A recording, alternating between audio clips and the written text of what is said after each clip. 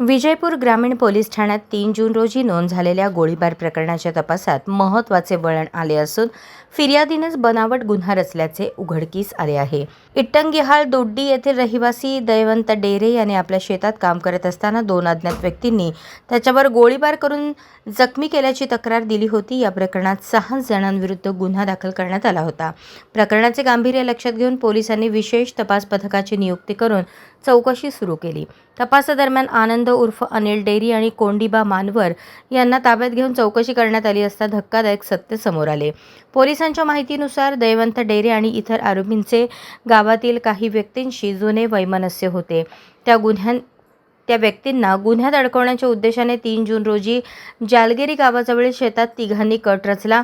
त्यावेळी आनंद डेरी याने स्वतःच्या जवळील देशी पिस्तुलातून दयवंतच्या उजव्या हाताजवळ गोळी झाडून त्याला जखमी केले असे तपासात निष्पन्न झाले। त्यानंतर दयवंत डेरे याने तोरवी गावाजवळ आपल्या विरोधकांनीच त्याच्यावर गोळीबार केल्याचा बनाव रचून पोलिसांकडे खोटी तक्रार दाखल केली होती असेही तपासात समोर आले आहे। या प्रकरणात फिर्यादी दयवंत डेरे, आनंद उर्फ अनिल डेरी आणि कोंडिबा मानवर या तिघांना अटक करण्यात आली आहे। गुन्ह्यात वापरण्यात आलेले देशी पिस्तूल जप्त करण्यात आले असून आरोपींना न्यायालयीन कोठडीत पाठवण्यात आले आहे।